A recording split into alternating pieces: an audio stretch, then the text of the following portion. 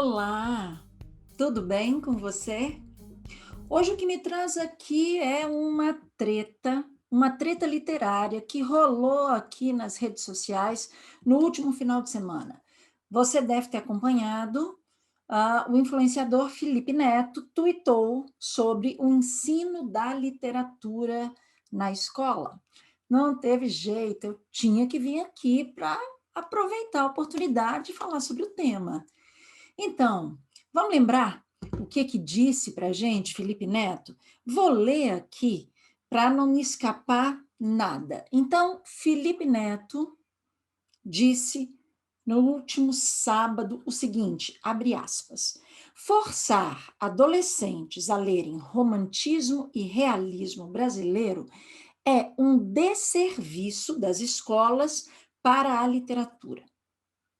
Álvares de Azevedo e Machado de Assis não são para adolescentes. E forçar isso gera jovens que acham que literatura é um saco. Pois bem, seguinte, tem gente que se reconhece, tem gente que não se reconhece, mas o fato é, eu acho que vale a pena um debate rápido para a gente pensar sobre o assunto. Como professora de literatura, não é? A primeira coisa que eu tenho para dizer aqui, essa não é uma questão do Felipe Neto, essa é uma questão que envolve o universo da educação e das letras, não é? Como trabalhar a literatura em sala de aula, e outra questão, por que ler os clássicos ainda em sala de aula? Bom, só para vocês terem uma ideia, em 1981, um escritor, crítico literário italiano importante chamado Italo Calvino, escreveu uma obra que é uma leitura fundamental e obrigatória para nós especialistas da literatura. Um texto que ele chamou de Por que ler os clássicos?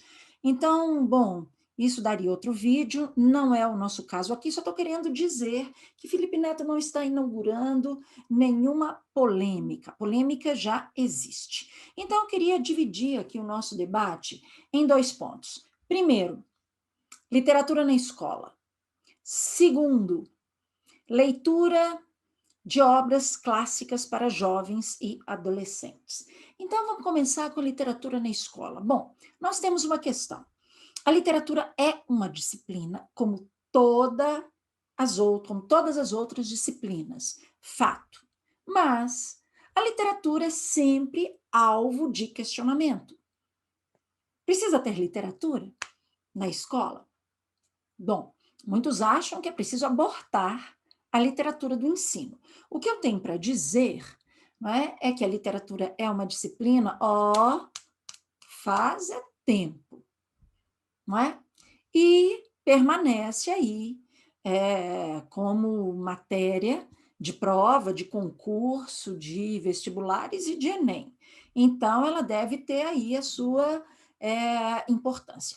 O que eu tenho para dizer é que nós temos que entender o seguinte: uma coisa é a literatura para você ler ao bel prazer, como forma de entretenimento.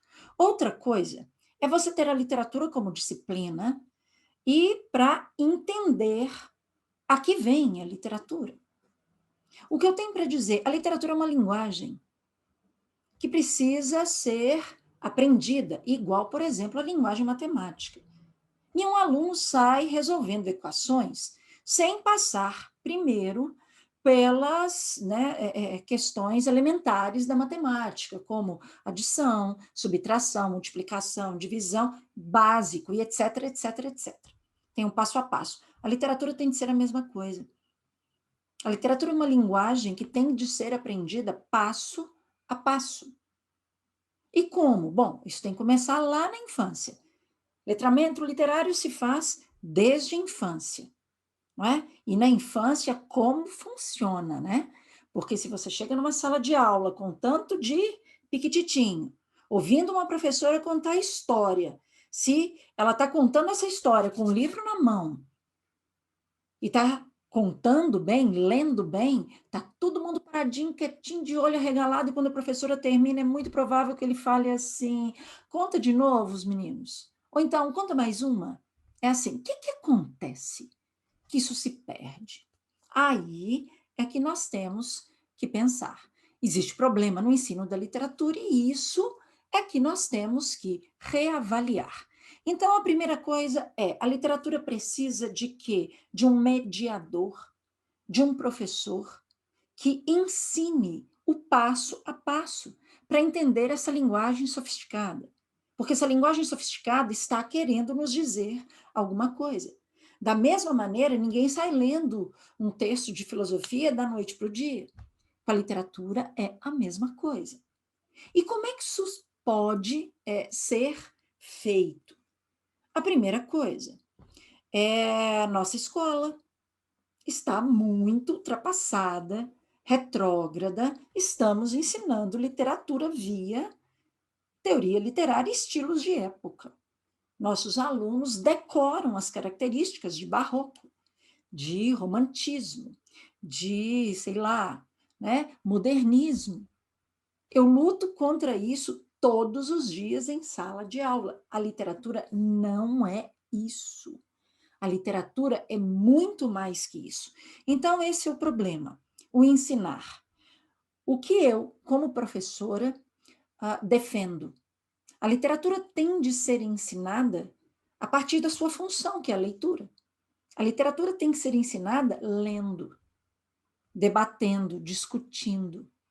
Não é? Não adianta nada você estudar, não é? Um estilo de época, decorar as características, o professor chega lá, leia tal obra, amanhã tem prova. Realmente não vai funcionar e concordo, vai ser um saco.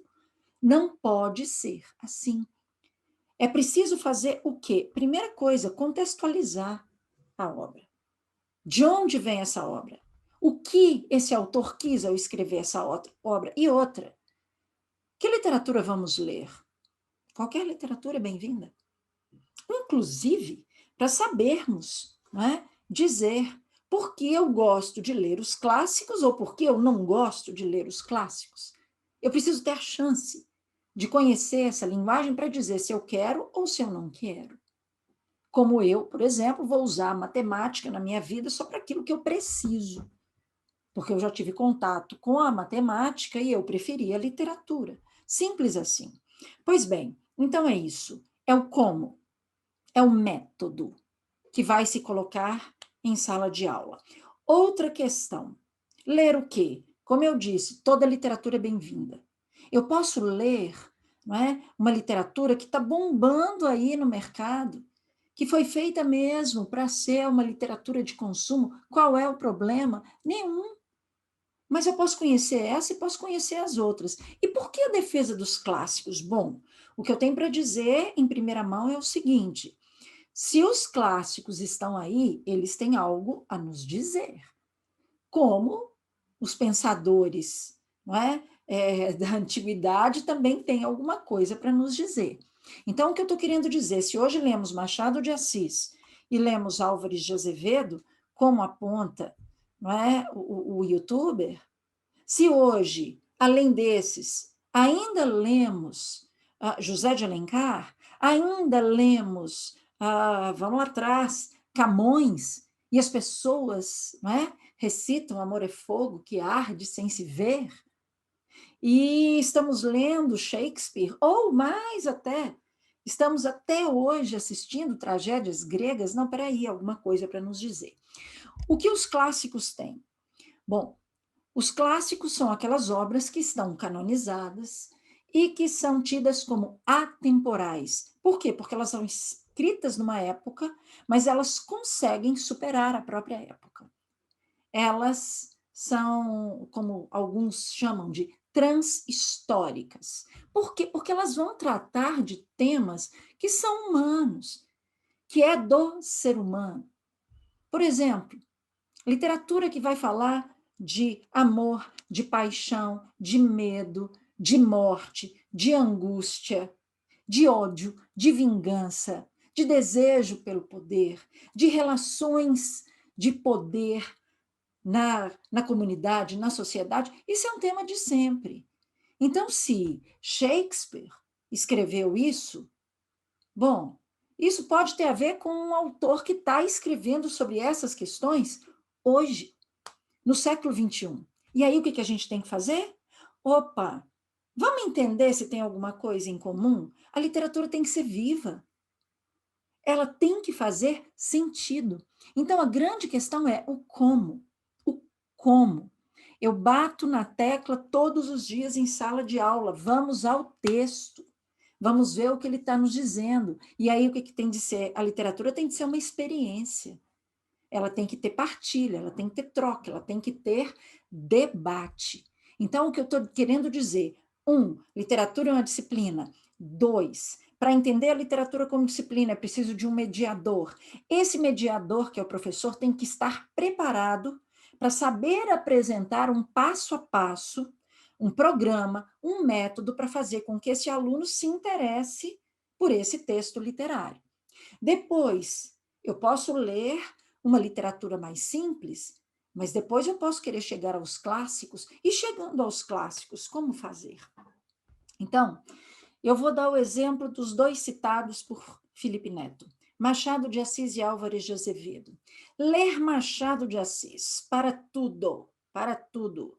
O sujeito é reconhecido mundialmente, inclusive, vou só colocar aqui 2020, Memórias Póstumas de Brás Cubas, foi reeditado em inglês nos Estados Unidos e vendeu todos os exemplares num dia pela Amazon.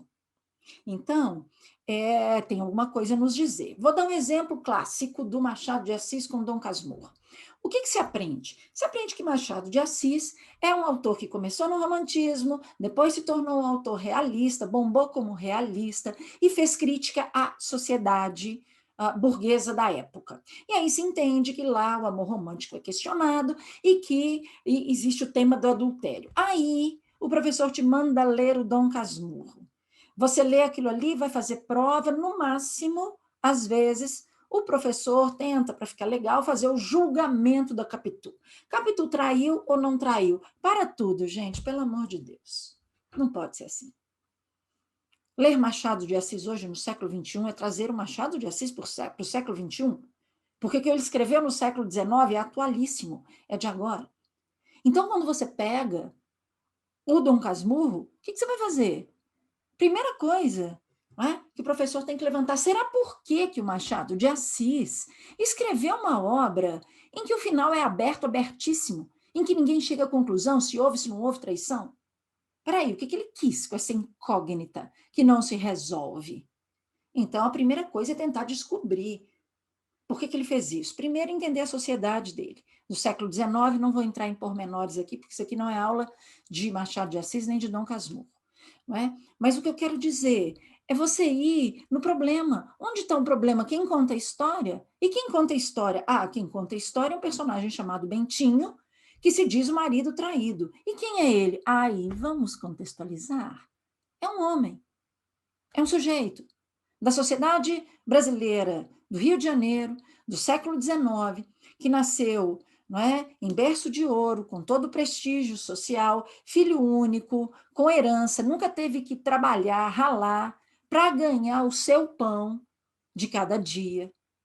E todo paparicado, se fez um rapaz muito inseguro, e aí conhece a vizinha dele, que não pertence à mesma classe social, que é a Capitu, mas que é uma menina esperta, ligada, cheia de desejo, cheia de vontade, que pensa, é uma mulher que pensa, é uma menina que pensa, voluntariosa. Ele se vê meio dependente dela. Depois ele conhece um sujeito que fica muito seu amigo. E esse seu amigo, ao contrário dele, não é inseguro, pelo contrário. É um sujeito determinado, corajoso, que tem coragem de arriscar. Tanto tem coragem de arriscar que morre afogado num bar que todo mundo dizia que não era para ele entrar, mas ele se achava nadador e achava que dava conta. Bentinho, inseguro, amedrontado. Diante de dois seres mais fortes que ele, o amigo e a esposa,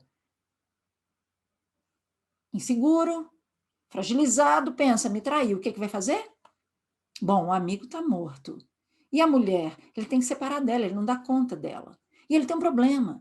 Ele sofre, não é, de uma patologia, não é, uma patologia obsessiva, que é o ciúme. Um ciúme que ele não sabe lidar com ele. O que ele faz? Ele não suporta viver ao lado da Capitu.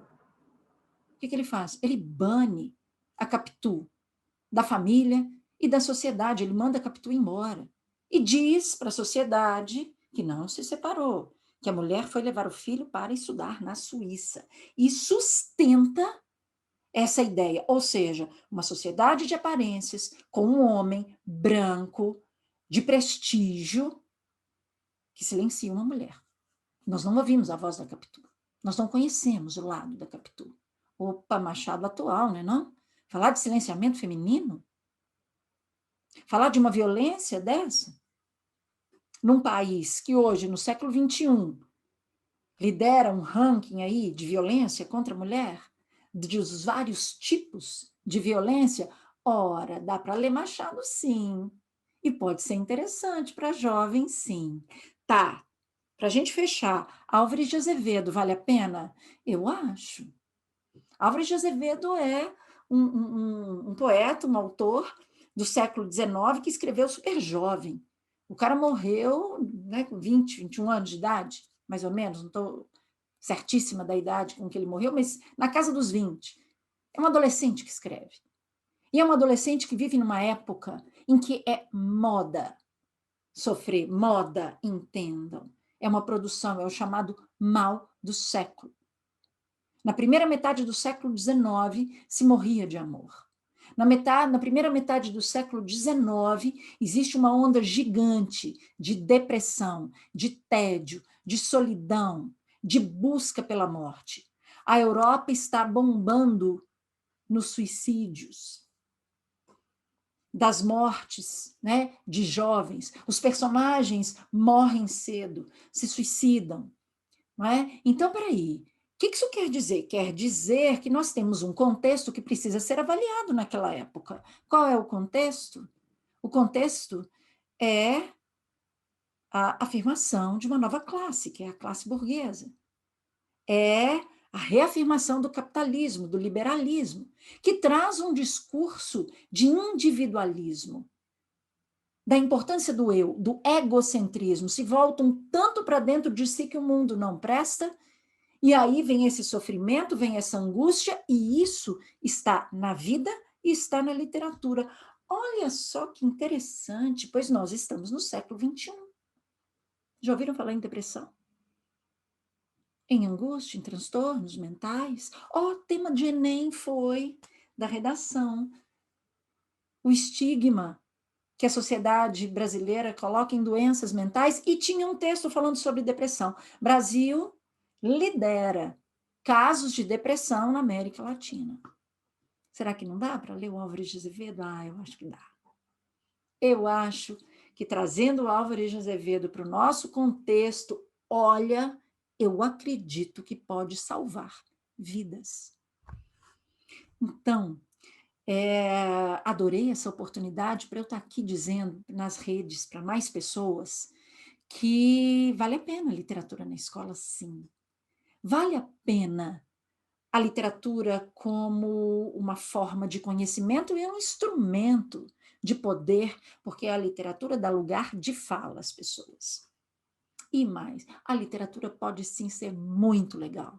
Eu comprovo isso sempre na minha sala, onde eu abri uma sala para fugir do conteudismo e ver a literatura na prática.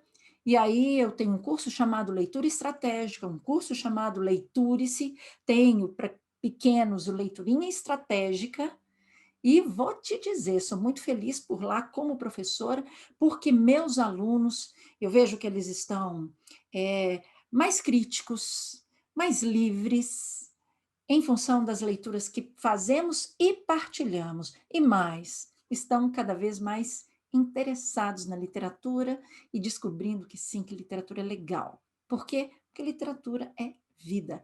Então, pessoal, vamos ler? Tirando os preconceitos.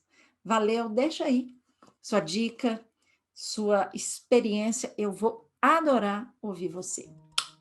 Beijo.